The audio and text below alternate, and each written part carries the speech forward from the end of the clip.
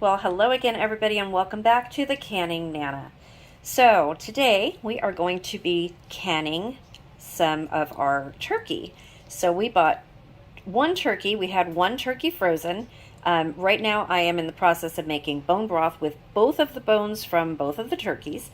And I've got the breasts and the legs in here from the fresh turkey. All the rest of the leftover meat is in the pot making bone broth for that. That's a separate video and it's up right now. So I'm going to show you how to raw pack turkey. Very, very simple. One of the basics of canning for beginning canners, one of the easiest things to do is meats. And that's because raw packing your meat, all you have to do is put it in the jar. You just have to make sure that you have the headspace correct at 1.5 inches, 1.25 to 1.5 inches is what's recommended now. It used to be 1 inch, but they've upped it for chicken, and I am going to follow the same procedure for turkey since it's poultry, because of all the juices and the bigger chickens that we have now. So they've increased the headspace to 1.5 inches for chicken, and that's because the chicken makes a lot of broth. And if you don't have that extra headspace, you're going to run the risk of a failed seal because of all of the grease coming out of your jars and siphoning as well. So we don't want either one of those things, so we're going to follow the procedures as outlined, and they're very, very simple. Whenever I'm teaching canning to beginners, pressure canning, one of the first things I do is teach them how to do meat. And it's because it's so simple. And I'm going to show you the process right now. First, I'm going to be cutting my turkey up, getting it off of the legs right here, and cutting up these breasts so they'll fit into my quart jars that I'm going to be using. And I'm going to be using wide mouth quart jars. And we'll see how many I get. So stay tuned and stay along for the ride. Okay, so we're back and I've got my jars ready. They are washed and clean. They are not hot because the food that we're going to be putting in them is not hot. So when you're raw packing meats, you want to make sure that they're room temperature and that your jars are the same temperature as your food. That's very, very important. Also, when your canner is going, you want to make sure that that water is the same temperature as your food and your jars. All the same temperature. So the reason that we do that is because if you put cold food into a hot jar and a hot canner, you're going to probably lose the bottom of your jars. They're going to bottom out on you. Not so much, it's not going to explode, and the lids are probably not going to pop off, but as a safety mechanism, the bottoms of your jars will pop off. I have had that happen to me in the very beginning when I was learning canning, not in a pressure canner, but in a water bath canner. I did it several times with pickles and a couple times with tomatoes when I was first learning 34 years ago. So take it from me, okay? You want everything the same temperature. So to get my canner ready, I've got my pressure canner here and I'm just using my Miro. I don't want to drag out the All-American, and I'll go into detail about why I can't pick that up right now in another video. But I've got 3 quarts of water in my canner and about 3 tablespoons of vinegar. And the vinegar is to prevent hard water deposits, or your jars, when you take them out, you get that that white powdery substance on your jars. The vinegar, if you put vinegar in your water, whether it be a water bath canner or a pressure canner, that will prevent that, and you won't get it. Now, if you have really hard water, you might want to add a little bit more vinegar, and you still might get it. Here at the beach, at least twice a year, even if I add a 1/4 cup of vinegar, which I know sounds like a lot, but it's really not for here. When they're flushing the water systems and everything, we get very, very hard water. And no matter what I do, the jars will come out with that powdery hard water deposit on them, no matter how much vinegar I put in the water. So if you put vinegar in your water and you still have that powdery substance, wash your jars with vinegar and it will come right off. Don't worry, it's not going to harm your food. It's not inside of your food. If you're hot packing, please use filtered water. This is one of the reasons we use filtered water, is because it has all the minerals and everything. You don't want that on your food with tap water. If you're on well water, it might be a different situation. I know for me, I won't can anything with tap water. I will put it in my pot where the water does not touch the food, but I will not can with it because of all the minerals and things in it. So that's just a little tip from me. Okay, so I just want to show you how I cut up my meat for the quart jars. And I just do it into chunks. This was one turkey breast. I cut it into chunks, and I'm just going to be filling the jar. Little bits by little bits. These chunks are just going to go in there, and you don't want to hard pack them down, but you do want it where there's no space on the in between the meat. This way you are assured that you'll have enough juice to cover all of your meat when the process is done. So I am just going to pack this, and I just hand pack it. Make sure you use clean hands.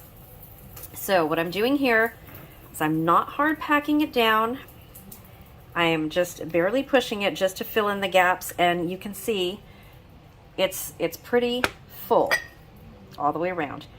There's a little gap right there. I'm not really worried about that. I can push it down just a little bit more, and I'll get another piece of meat and fill it just a little tiny bit more, and then it'll be ready for canning.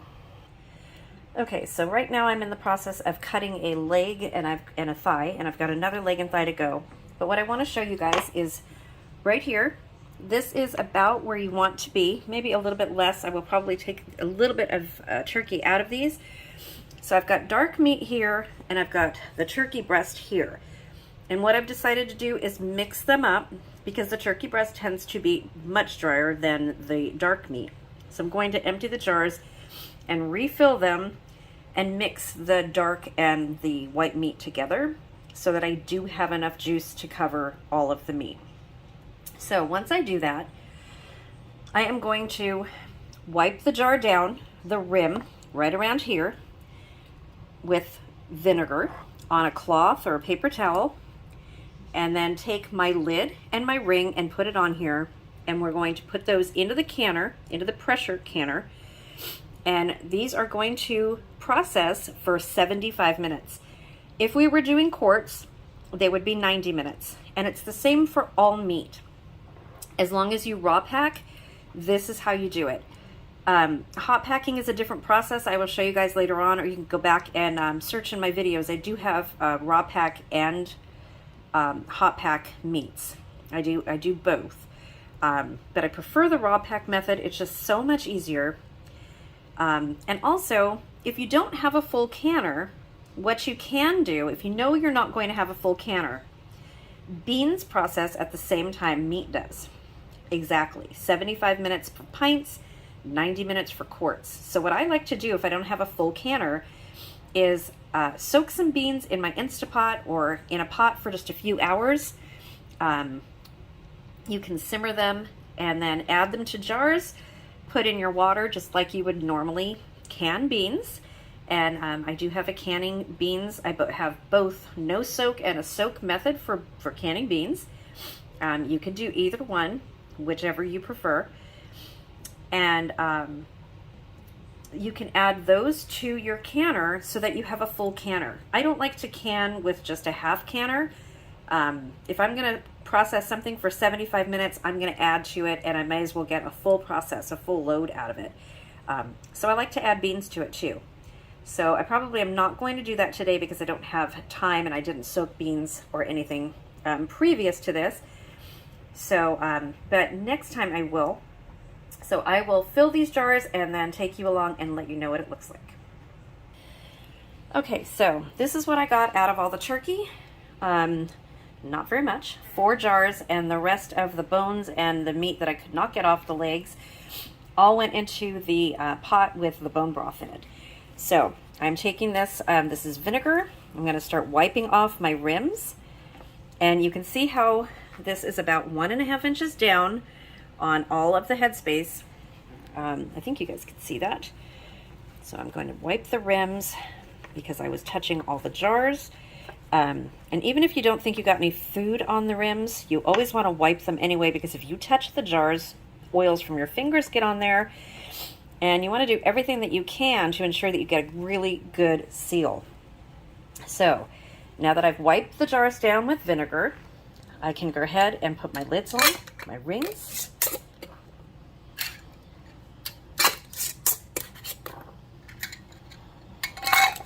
And I will be tightening these down, but I've got the camera in one hand. Okay, so these are going to go into my canner for 75 minutes. So what we want to do when we start canning is you want to bring the heat up very slowly, because you don't want the heat in the heat of the water to get hotter than your jars are. And that's very easy to do if you turn the heat on high very quickly and warm the water too quickly. Then you can have busted jars as well. So you want to be very patient with the process and bring them up to temperature very slowly. And then when you do that, you want the pressure canner to vent for 10 minutes before putting your weight on it. So once you do that and you put the weight on it, when it starts to jiggle is when your timer starts, the 75 minutes. So the 75 minutes can turn into a 2-hour process, so or more. So don't let that hour and 15 minutes scare you. You know, it's going to be about a 2-hour process for canning any kind of meat. That's 75 minutes. The same goes for quarts. If it says 90 minutes, that's an hour and a half. You want to probably add another hour to that. For processing time completed, putting your jars together, cooling your canner down, there's a lot that goes into it. So make sure that when you can, you have a full canner to process. And that's one of the reasons why, is because you're putting in so much time. And if you want to do a lot of food in one day, and you only have one pressure canner, you want to make it as full as you possibly can. So that's why I usually add beans to my pot when I add meat, when I'm processing meat. I feel that I can never have enough beans in my pantry, and I have all different kinds. I'll be doing a video on that fairly soon, because I have a lot of beans that I purchased and need to can all of them. So I hope you guys have enjoyed this video. I will take you guys along when I take the meat out of the canner. I'm not going to show you the whole process. That would be too long. If you have any questions, please put them in the comment section below, or you can always email me at thecanningnana@gmail.com. And the word of the day today is going to be canning turkey. So if this is the first time you've ever canned meat, please let me know. Let me know if I've explained the process okay, to where you understand it.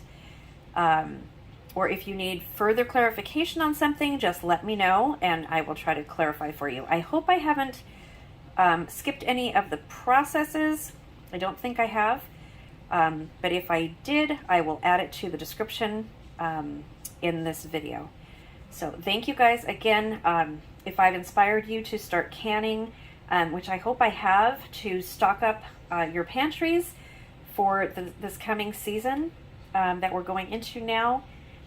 I think everybody should be prepared for anything, any kind of emergency. Canned food is one of the best things to have on hand. I also dehydrate.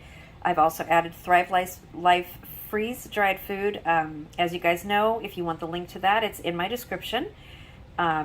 It's an amazing part of my canning pantry, or my working pantry, I should say, because I incorporate it into my meals. And I'll be doing an unboxing video of all of the Thrive Life that I've gotten recently as well.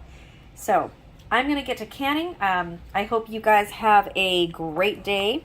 And I will show you the results of this when they are ready to come out of the canner. Thanks for watching, you guys, and have a great day. Don't forget the word of the day. Put it in the comment section. And please subscribe if you're not already subscribed.